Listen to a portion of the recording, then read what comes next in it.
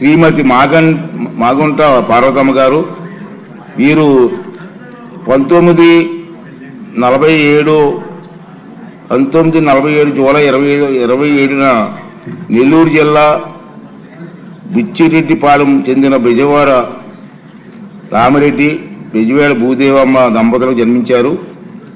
ఈమె భర్త మాగంటి సుబ్బరామిరెడ్డి గారు 1995లో ఒంగోలు ఎంపీగా ఉన్నప్పుడు పీపుల్స్ వార్ నక్సలైట్ కాల్పుల్లో మరణించిన సంగతి మీ అందరికీ తెలుసు. తర్వాత 1996లో ఒంగోలు పార్లమెంట్ స్థానానికి జరిగిన ఉప ఎన్నికల్లో కాంగ్రెస్ అభ్యర్థిగా మాగంట పార్వతమ్మ గారు పోటీ చేసి గెలుపొందారు. 2004-2009 సంవత్సరాల కాలంలో కావలి శాసనసభ నియోజకవర్గం నుండి ప్రాతినిధ్యం వహించారు. రాజకీయ పరంగా ఒంగోలు, కావలి ప్రాంతాల్లో పార్వతమ్మ తనదైన ముద్ర వేసుకున్నారు.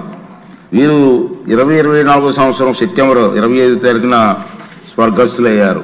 శ్రీమతి మాగంటి పార్వతమ్మ గారు ఆంధ్రప్రదేశ్ శాసనసభలో ప్రజాప్రతినిధిగా ఎనలేని సేవలని సంగతి మీ అందరికీ తెలుసు. నిరంతరం ప్రజలకు గొంతుకు వినిపించేవారు. పలు జీవన రంగాల్లో రాణించారు. వారి కృషి, వారి సేవల వల్ల రాష్ట్రం, శాసనసభ ఎంతో లాభపడ్డాయి. వారి సేవలను చిరస్మరణీయం.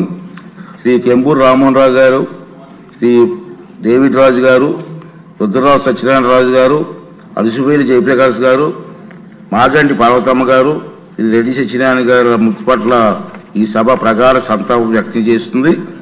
ఈ సభ తరపున, నా తరపున, రాష్ట్రపతి తరపున వారి కుటుంబ సభ్యులు, బంధువులకి, అనునాయులందరికీ కూడా ప్రగాఢ సానుభూతి తెలియజేస్తున్నాను.